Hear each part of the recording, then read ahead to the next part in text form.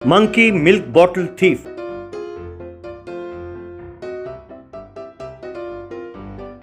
एक गांव में गोपाल नाम का एक लकड़हारा रहता था।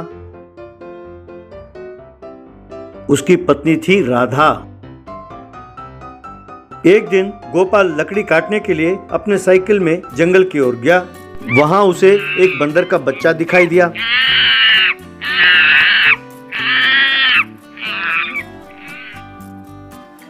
गोपाल ने उसे एक रोटी का टुकड़ा दिया। शाम को गोपाल ने जो लकड़ी काटे उसे साइकिल के पीछे बांधा। वो बंदर भी उसके साइकिल पर चढ़कर बैठ गया।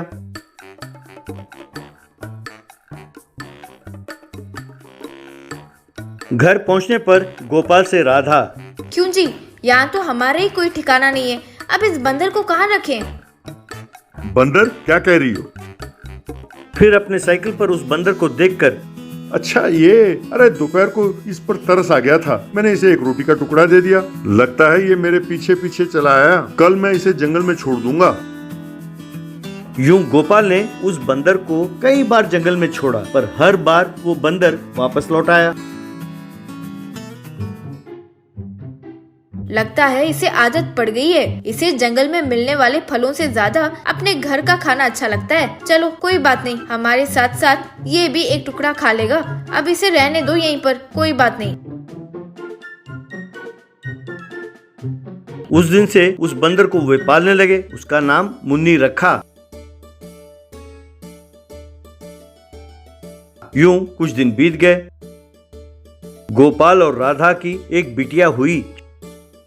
शादी के हुए कई सालों बाद उनकी आम बच्ची हुई। ये सब मुन्नी के वजह से ही। यही सोचकर गोपाल और राधा बहुत खुश हुए। कुछ सालों बाद गोपाल का पैर टूटा और वो जंगल लकड़ी काटने जा नहीं पाया। तब वो दाने दाने के मोहताज हो गए। एक दिन बच्ची बिलक बिलक कर रो रही थी। राधा ने बहुत कोशिश की, पर बच्ची का रोना बिल्कुल बंद नहीं हुआ। राधा, ओ राधा, अब बिटिया यूं बिलक बिलक कर क्यों रो रही है? जरा देखो तो सही। एक हफ्ते से ठीक से खाया नहीं तो बच्चे को दूध कैसे पिलाऊंगी? इसीलिए बच्ची भूख के मारे रो रही है। 2 दिन से पड़ों से दूध मांगकर बच्ची को पिला रही हूँ। आज फिर मांगने के लिए मेरा दिल नहीं कर रहा है, इसीलिए मैं गई नहीं। समझ में नहीं आता कि क्या करूँ। मैं कोई काम ढूंढना चाहती हूँ, पर आपको और बच्ची को छोड़कर मैं कैसे जा सकती हूँ? यूं कहकर वो दुखी हो रही थी। मुन्नी ने ये सब कुछ सुना। उसने सोचा कि किसी न किसी तरह इनकी मदद करनी चाहिए।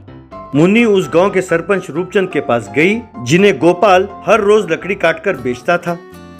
मुन्नी सरपंच के घर के दीवार को फांदकर वहां बंधे हुए गाय के पास गई। एक बोतल उठाया और उसमें वो गाय के दूध ढोने लगी। फिर उस दूध को ले जाकर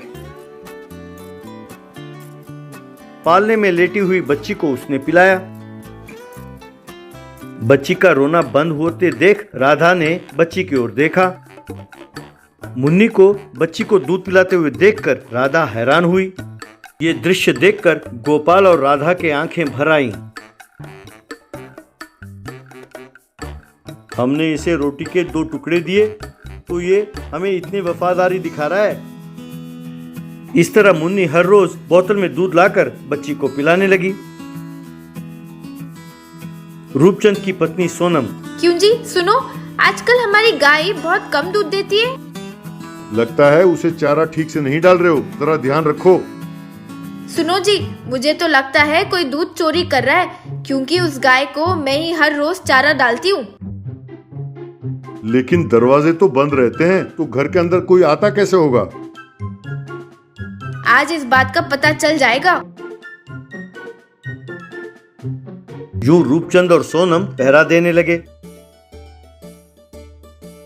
थोड़ी देर बाद मुन्नी वहां आई और बोतल में दूध ढोने लगी। रूपचंद एक बड़ा डंडा उठाकर जाने लगा। रुकिए, ये कोई इंसान नहीं, देखते हैं ये क्या करता है। यूं सोनम और रूपचंद मुन्नी के पीछा करने लगे। मुन्नी सड़क पर चलते चलते गोपाल के घर पहुंची। पालने में लेटी बच्ची को दूध पिलाने लगी। उस दृश्य को देखकर रूपचंद गोपाल से गुस्से में, क्यों रे? अपने बंदर को चोरी करना सिखाकर मेरे घर बेचता है। वो हर रोज हमारे गाय का दूध चुराता है। जरा रुको जी, क्या ये सब देखकर आपको लगता है कि ये चोरी का काम है? जो गोपाल हर रोज हमें लकड़ी देता है, उसकी टांग टूट गई और वो यहाँ पड़ा हुआ है। इनकी हालत इतनी खराब है कि ये बच्चे को दूध भी नहीं पिला सकते। उनके पाले हुए बंदर से ये सब देखा नहीं गया, इसीलिए उसने ऐसा काम किया।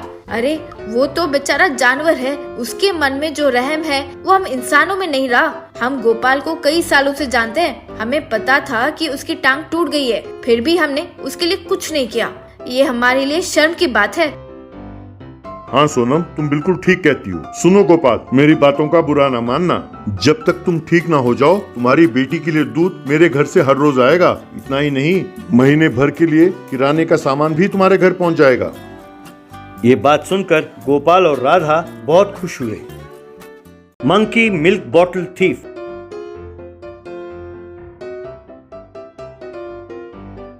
एक गांव में गोपाल नाम का एक लकड़हारा रहता था। उसकी पत्नी थी राधा। एक दिन गोपाल लकड़ी काटने के लिए अपने साइकिल में जंगल की ओर गया। वहां उसे एक बंदर का बच्चा दिखाई दिया।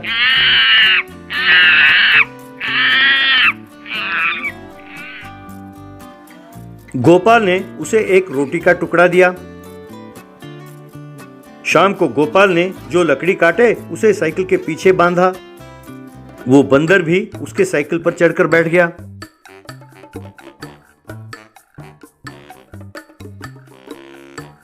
घर पहुंचने पर गोपाल से राधा, क्यों जी, यहाँ तो हमारा ही कोई ठिकाना नहीं है, अब इस बंदर को कहाँ रखें?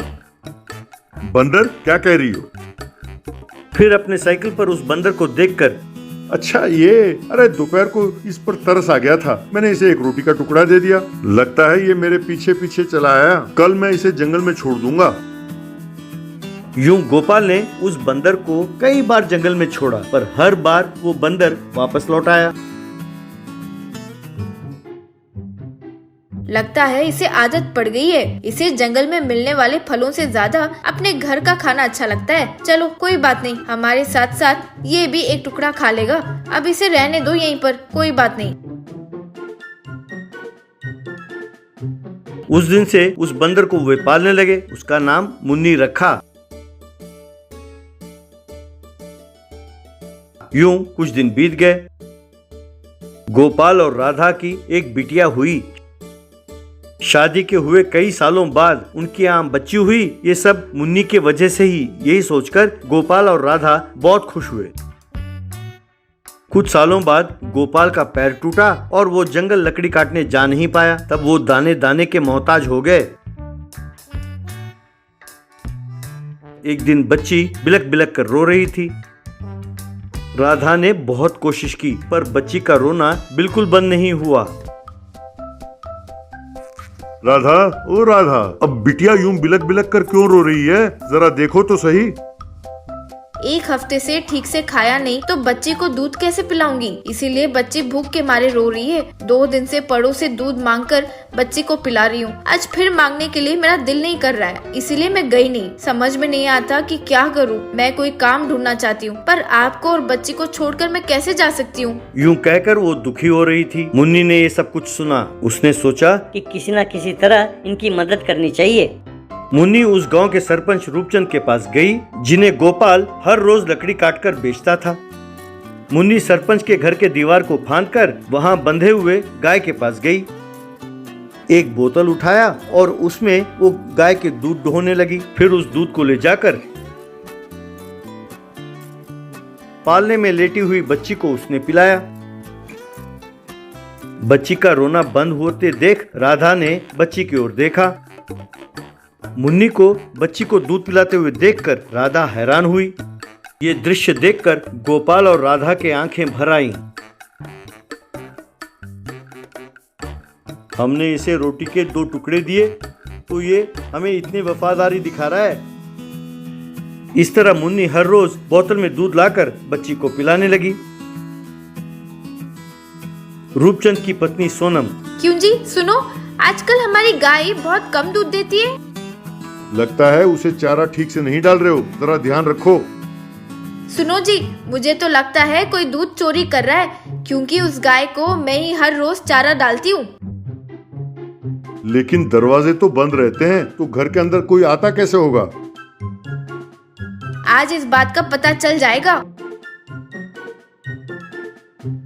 यूं रूपचंद और सोनम पहरा देने लगे। थोड़ी देर बाद मुन्नी वहां आई और बोतल में दूध दोहने लगी। रूपचंद एक बड़ा डंडा उठाकर जाने लगा। रुकिए, ये कोई इंसान नहीं, देखते हैं ये क्या करता है। यूं सोनम और रूपचंद मुन्नी के पीछा करने लगे। मुन्नी सड़क पर चलते चलते गोपाल के घर पहुंची। पालने में लेटी बच्ची को दूध पिलाने लगी। उस दृश्य को देखकर रूपचंद गोपाल से गुस्से में, क्यों रे, अपने बंदर को चोरी करना सिखाकर मेरे घर भेजता है? वो हर रोज हमारे गाय का दूध चुराता है। जरा रुको जी, क्या ये सब देखकर आपको लगता है कि ये चोरी का काम है? जो गोपाल हर रोज हमें लकड़ी देता है, उसकी टांग टूट गई और वो यहाँ पड़ा हुआ है। इनकी हालत इतनी खराब है कि ये बच्ची को दूध भी नहीं पिला सकते। उनके पाले हुए बंदर से ये सब देखा नहीं गया, इसीलिए उसने ऐसा काम किया। अरे वो तो बेचारा जानवर है, उसके मन में जो रहम है वो हम इंसानों में नहीं रहा। हम गोपाल को कई सालों से जानते हैं, हमें पता था कि उसकी टांग टूट गई है, फिर भी हमने उसके लिए कुछ नहीं किया। ये हमारे लिए शर्म की बात है। हाँ सोनम, तुम बिल्कुल ठीक कहती हो। सुनो गोपाल, मेरी बातों का बुरा ना मानना। जब तक तुम ठीक ना हो जाओ, तुम्हारी बेटी के लिए दूध मेरे घर से हर रोज आएगा। इतना ही नहीं, महीने भर के लिए किराने का सामान भी तुम्हारे घर पहुंच जाएगा। ये बात सुनकर गोपाल और राधा बहुत खुश हुए।